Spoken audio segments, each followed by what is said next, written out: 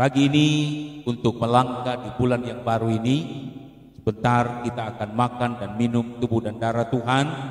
Namun sebelum kita makan tubuh dan darah Tuhan, kita mendengarkan firman Tuhan yang akan mengawali kita, memotivasi kita, mengajar, menasihati kita untuk berjalan seturut dengan kehendak Tuhan. Puji Tuhan. Baik Bapak Ibu Saudara-saudara, mari membuka Alkitab kita pagi ini. Di dalam Injil Lukas pasalnya yang ke-22,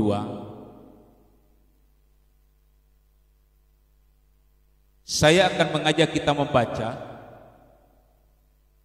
dari ayatnya yang ke-41. Harusnya kita bisa membaca dari awal-awal, tapi saya mengajak kita membaca ayat 41 dahulu sampai ayatnya yang ke-46 barangkali ya. Lukas pasal 22 ayat 41. Mulai, demikian bunyi firman Tuhan.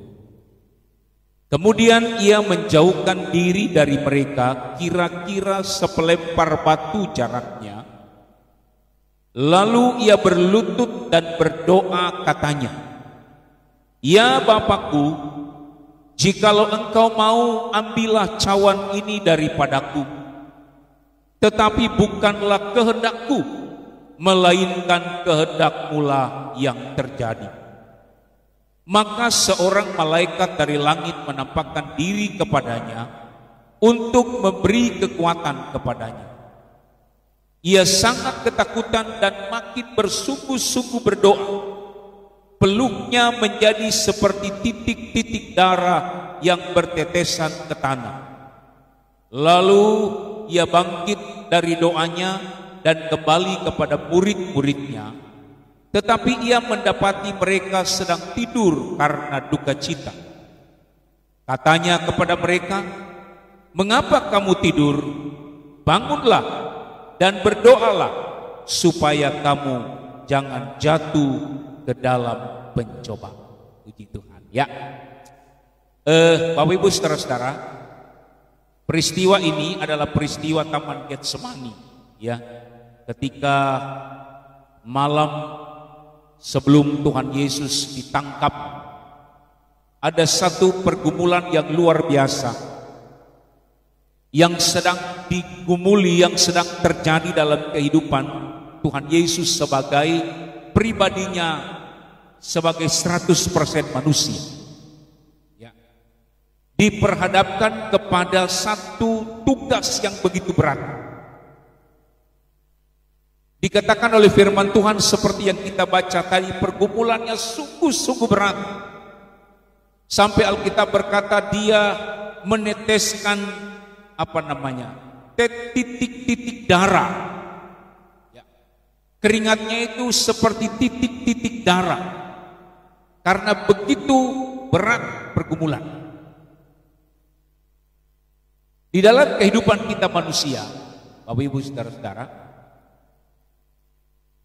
ada dua keinginan yang sering tarik-menarik. Yang satu keinginan melakukan kehendak Tuhan, ingin melakukan perbuatan-perbuatan baik. Yang satu lagi saudara-saudara, yaitu keinginan untuk melakukan perkara-perkara daging, perkara-perkara yang jahat di mata Tuhan. Ini seperti dua sisi mata uang, yang satu dengan yang lain ada di dalam satu mata uang. Di dalam diri kita saudara-saudara, sekali lagi saya katakan, di dalam diri kita sebagai manusia, dalam kehidupan kita, dua keinginan ini tarik-menarik. Keinginan untuk melakukan kehendak Tuhan, sesuatu yang baik, dan keinginan untuk melakukan keinginan daging, sesuatu yang jahat, yang tidak berkenan kepada Tuhan. Nah, ini yang sedang menjadi pergumulan Tuhan Yesus ketika dia berada di Taman Getsemani. Satu sisi dia bergumul supaya dia bisa melakukan kehendak Bapa. Apa kehendak Bapa? Dia harus naik di atas bukit Golgota, disalibkan di sana untuk menebus dosa umat manusia, menggantikan umat manusia untuk mati di atas kayu salib, menyerahkan nyawanya untuk mati di atas kayu salib. Itu keinginan kehendak Tuhan, kehendak Bapa. Tapi satu sisi Bapak Ibu Saudara-saudara, sebagai manusia keinginan dagingnya dia nggak mau memikul itu. Kenapa saya harus minum cawan ini? Jadi ada dua keinginan yang tarik-menarik, keinginan untuk melakukan kehendak Bapa dan keinginan untuk mengikuti keinginan daging.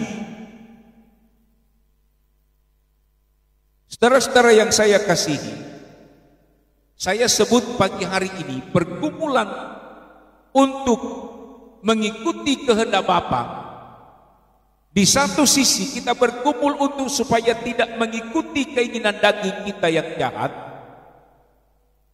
Maka saya sebut pagi hari ini pergumulan itu adalah pergumulan menguasai diri. Coba sama-sama katakan dengan saya, pergumulan menguasai diri. 1, 2, 3. Pergumulan menguasai diri. Saudara-saudara yang saya kasihi dalam Tuhan, firman Tuhan pagi hari ini saya beri judul menguasai diri. Penguasaan diri itu penting sekali. Sebab kalau kita tidak bisa menguasai diri kita, Bapak Ibu Saudara-saudara, maka kita cenderung akan mengikuti keinginan daging kita. Kalau kita nggak bisa menguasai diri kita nggak bisa mengikuti kehendak Bapa, kehendak Tuhan, keinginan Tuhan. Kita tidak dapat melakukan sesuatu yang menyenangkan Tuhan, sesuatu yang baik, yang berguna bagi banyak orang, jika kita tidak bisa menguasai diri kita. Rasul Paulus pernah mengalami itu, ya. Itu sebabnya ketika dia menulis surat kepada jemaat di Roma, coba kita membaca Roma pasal 6 ayat 12. Roma pasal 6 ayat 12. Saya bacakan begini bagi kita semua. Sebab itu hendaklah dosa jangan berkuasa lagi dalam tubuhmu yang fana, supaya kamu jangan lagi menuruti keinginan. Sebab itu hendaklah dosa jangan berkuasa lagi di dalam tubuhmu yang fana, supaya kamu jangan lagi menuruti keinginan.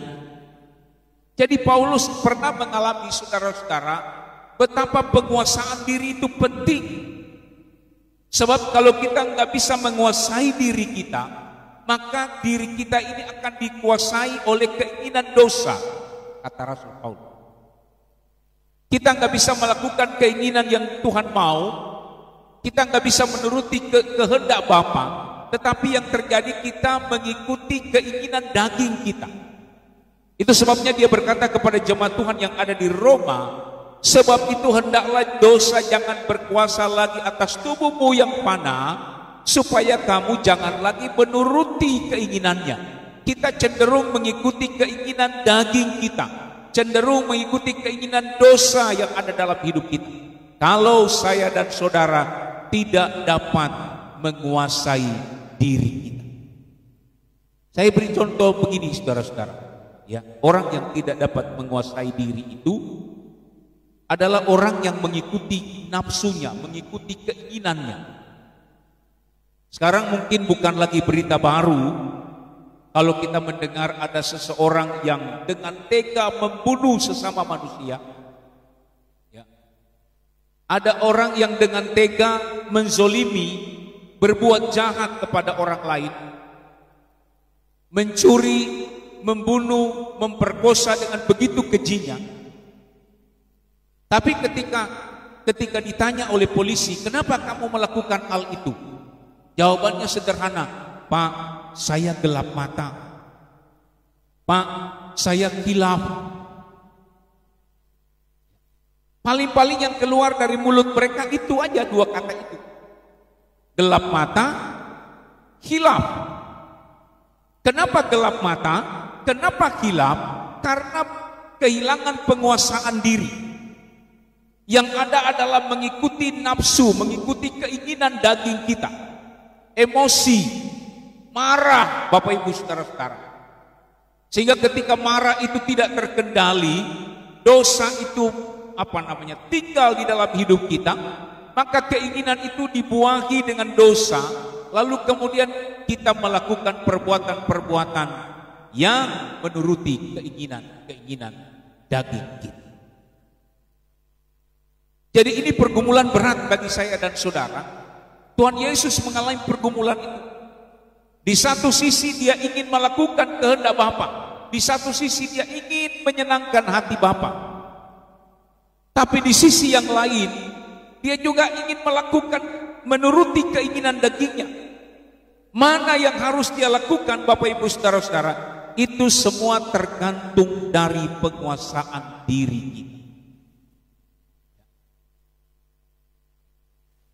Kita nggak bisa terhindar dari mengikuti keinginan daging kita, terhindar dari mengikuti nafsu kita, jikalau kita tidak menguasai diri kita. Ini yang dialami oleh Paulus.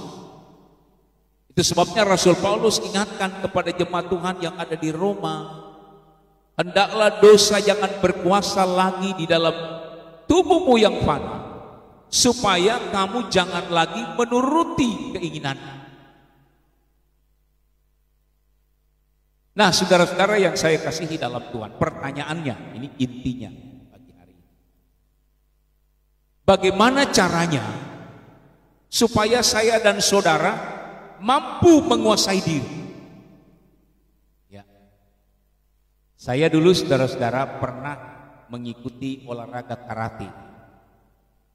Dari SMP, SMA, sampai perguruan tinggi, saya masih mengikuti olahraga karate.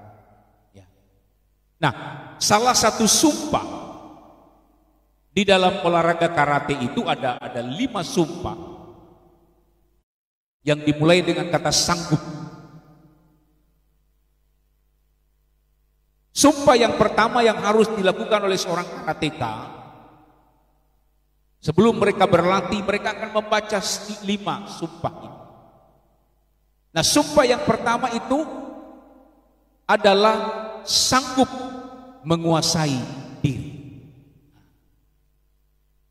Sanggup menguasai diri. Yang lain sanggup menjaga sopan santun, sanggup ini, sanggup itu. Ini semua di bawah. Yang nomor 1 itu sanggup menguasai diri. Artinya diajar, diingatkan terus bahwa dalam kehidupan kita belajar menguasai diri. Jangan sampai kita kehilangan penguasaan diri. Jangan sampai kita mengikuti keinginan kita, mengikuti emosi kita. Itu sebabnya saudara-saudara, saya mengingatkan bagi kita semua, jangan membuat keputusan jika saya dan saudara dalam keadaan emosi. Ya. Kalau kita membuat keputusan waktu kita sedang emosi, kita sedang tidak bisa menguasai diri, maka keputusan-keputusan yang kita hasilkan pasti tidak akan mendatangkan keputusan yang baik.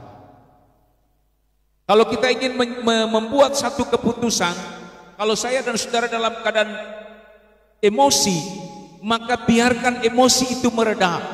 Kita belajar untuk menguasai diri kita. Kalau kita bisa menguasai diri kita, Bapak Ibu Saudara-saudara, maka apa yang kita katakan, apa yang kita lakukan, apa yang kita putuskan, apa yang kita buat dalam keadaan sadar kita menguasai diri, maka yang kita lakukan adalah keinginan-keinginan yang menyenangkan hati Tuhan. Bisa katakan amin, Bapak Ibu Saudara. Keinginan-keinginan yang menyenangkan Tuhan. Sebaliknya, kalau saya dan saudara tidak dapat menguasai diri, nafsu, keinginan daging yang menguasai kita, maka yang terjadi adalah hal-hal yang tidak berkenan kepada Tuhan, hal-hal yang mendatangkan dosa dalam hidup kita. Sekali lagi pertanyaannya, bagaimana caranya supaya kita menguasai diri? Nah, itu penting. Ya. Coba Alkitab mengajarkan kepada kita pagi ini, bagaimana caranya supaya kita dapat menguasai diri?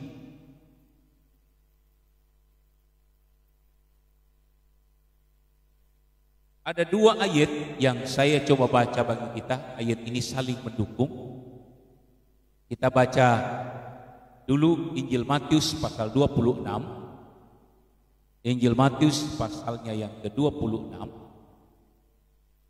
Ayatnya yang ke-41. Coba perhatikan baik-baik. Injil Matius pasal 26 ayatnya yang ke-41. Saya baca demikian. Berjaga-jagalah dan berdoalah supaya kamu jangan jatuh ke dalam pencobaan. Roh memang penurut, tetapi daging lemah. Tuh, ya.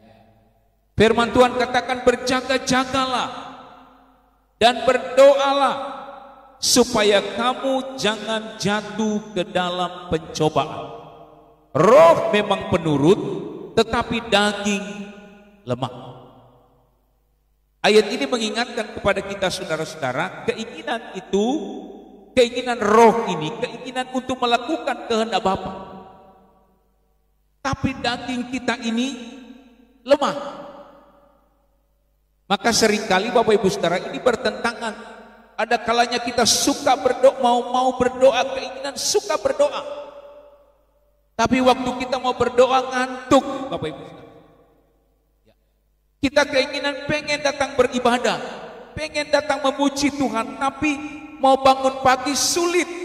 Nah ini. Jadi ada dua keinginan yang coba menguasai kita, yang Alkitab katakan kita bisa mengatasinya jika saya dan saudara dapat menguasai diri kita. Bagaimana caranya? Alkitab katakan di dalam ayat yang kita baca tadi, berjaga-jagalah dan berdoalah supaya kamu jangan jatuh ke dalam pencobaan. Kita sadar Bapak Ibu Saudara, Alkitab sudah menulis bahwa roh kita ini memang penurut Bapak Ibu Saudara, tapi dibungkus oleh kedagingan kita yang lemah ini. Kita lebih cenderung untuk mengikuti keinginan daging kita. Supaya saya dan saudara tidak mengikuti keinginan daging kita, supaya saya dan saudara tidak terbawa dikuasai oleh keinginan daging kita, kita kehilangan penguasaan diri, maka Alkitab katakan berjaga-jagalah dan berdoa. Mungkin kata berjaga-jagalah dan berdoalah mungkin kita agak sukar menerjemahkan. Bagaimana maksudnya berjaga-jagalah dan berdoa? Apa kita ini gak boleh tidur? Apakah sepanjang malam kita siap siaga, lalu sementara siap siaga kita berdoa? Bagaimana maksudnya berjaga-jagalah dan berdoa? Coba kita baca ini. Ini yang dimaksud oleh firman Tuhan, berjaga-jagalah dan berdoa. Injil Lukas pasal 22 ayat 46. Ini ayat yang kita baca tadi.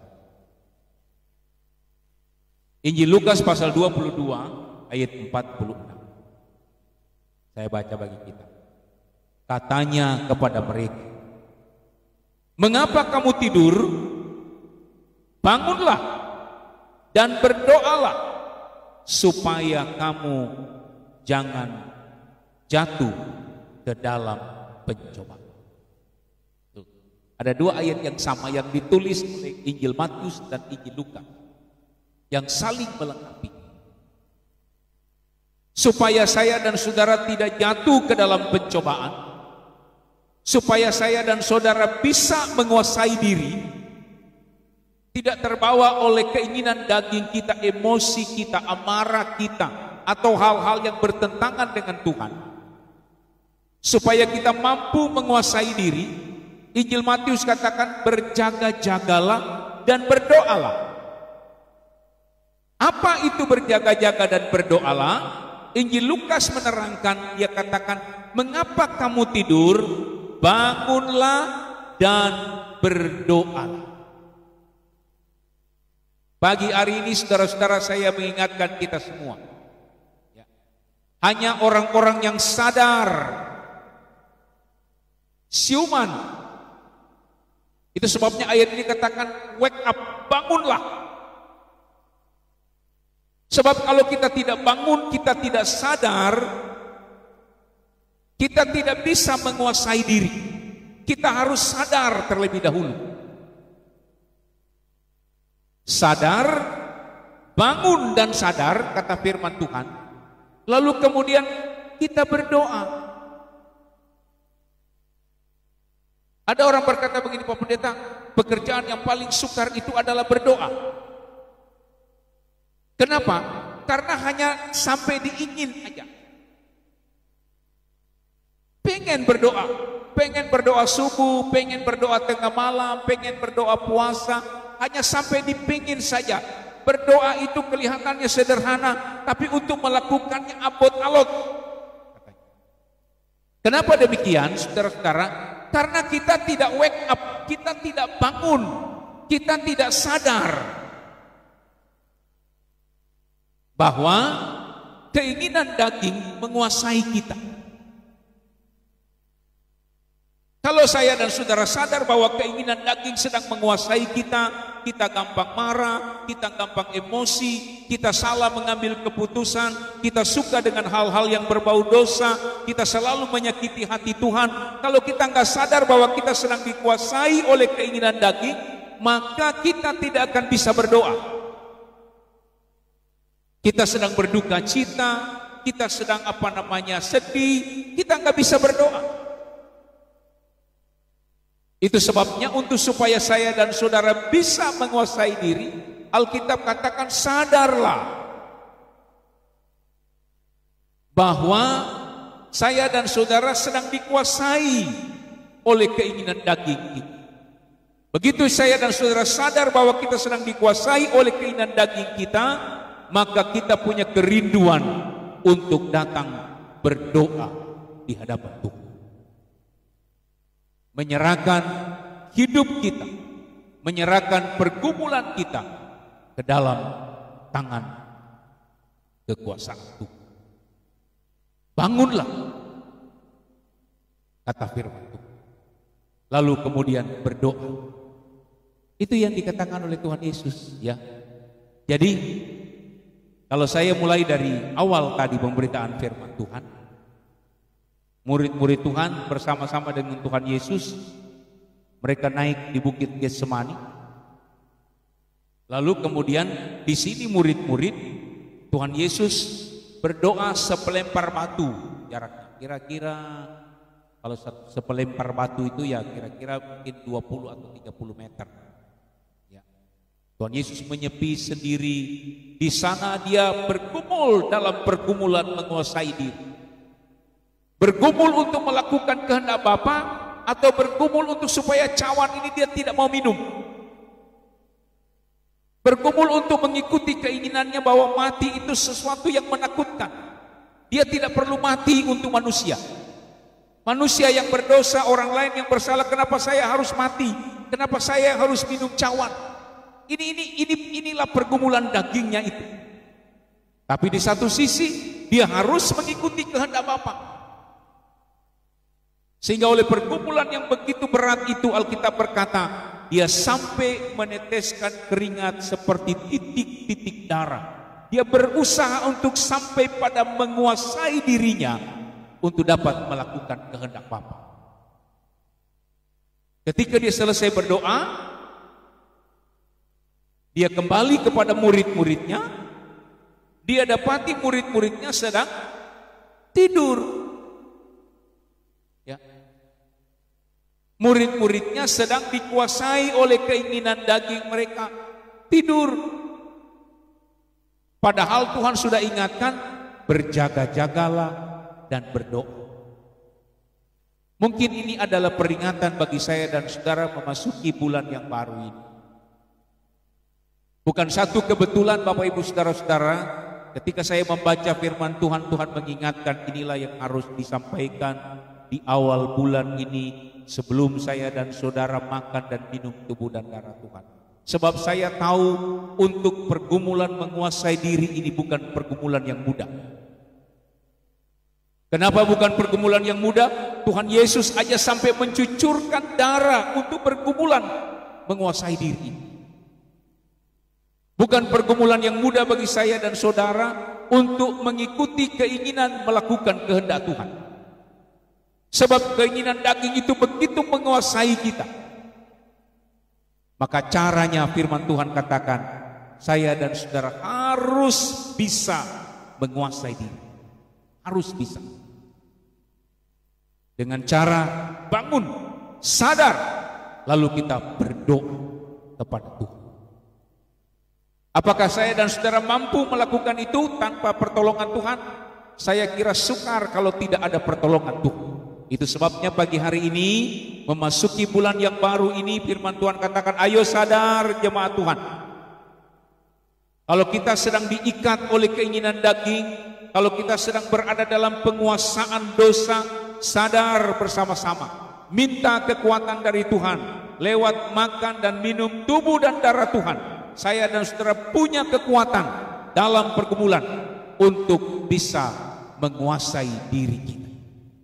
Sehingga ketika penguasaan diri itu ada dalam hidup kita, maka kita bisa menang seperti Tuhan Yesus. Dia menang atas pergumulan. Dia bisa menguasai dirinya dan dia mampu melakukan semua seturut dengan kehendak Bapa di surga. Bagaimana dengan kita, saudara, pagi hari ini? Saya tidak tahu apa yang sedang ada dalam hidup kita, tapi firman Tuhan yang sederhana ini membawa kita pagi hari ini supaya ketika kita makan dan minum tubuh dan darah Tuhan, ada doa sederhana yang dititipkan dalam hidup kita. Doa kita adalah, Tuhan, masuk di bulan Oktober ini, izinkan saya diberi kekuatan untuk sadar dan selalu dekat dengan Tuhan. Sebab kalau saya tidak sadar dan tidak dekat dengan Tuhan, maka hidupku akan dikuasai oleh keinginan daging. Tapi jika kami sadar, jika kami dekat dengan Tuhan, maka kami mampu menguasai diri. Dan apapun yang kita lakukan, apapun yang kita perkatakan, apapun yang kita pikirkan, semua itu adalah keinginan untuk melakukan kehendak Bapa di surga. Tuhan Yesus memberkati Bapak Ibu Saudara-saudara. Mungkin inilah yang disampaikan pada pagi hari ini. Biar firman Tuhan yang sederhana ini sekali lagi mengingatkan kita semua untuk senantiasa menguasai diri kita dalam setiap event, dalam setiap perjalanan hidup kita, terutama memasuki bulan yang baru ini. Tuhan Yesus memberkati. Mari kita berdiri bersama-sama. Kita akan berdoa buat firman Tuhan. Sebentar kita akan makan dan minum tubuh dan darah Tuhan. Mari kita berdiri bersama-sama.